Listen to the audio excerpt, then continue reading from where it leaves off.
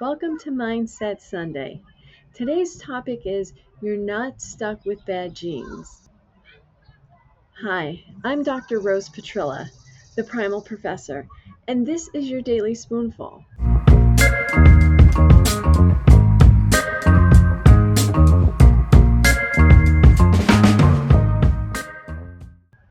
You've heard it before. High blood pressure runs in my family.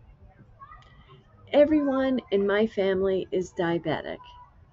Or the big one, I just have bad genes. Well, I can say that's certainly true for me.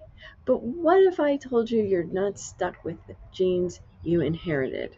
That's the power of epigenetics, a fancy word for something profound. Your lifestyle can turn your genes on or off. It's like a dimmer switch for disease risk, and you can control it. That means the food you eat, the movement you choose, the stress you manage or don't, they all send signals that shape your future health, regardless of your DNA. And it doesn't require perfection. It requires consistency, awareness, and courage. Because when you decide to nourish instead of numb, to lift heavy things instead of carry heavy excuses, to challenge your thoughts instead of inherit your family's fate, you stop being a passive recipient of your health. You become the architect. So if you're ready to stop saying it's genetic and start saying it's epigenetic, drop a comment below.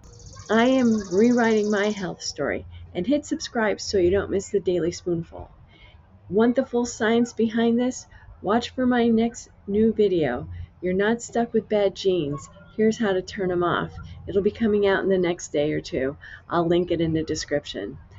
I'll see you tomorrow in the next Daily Spoonful.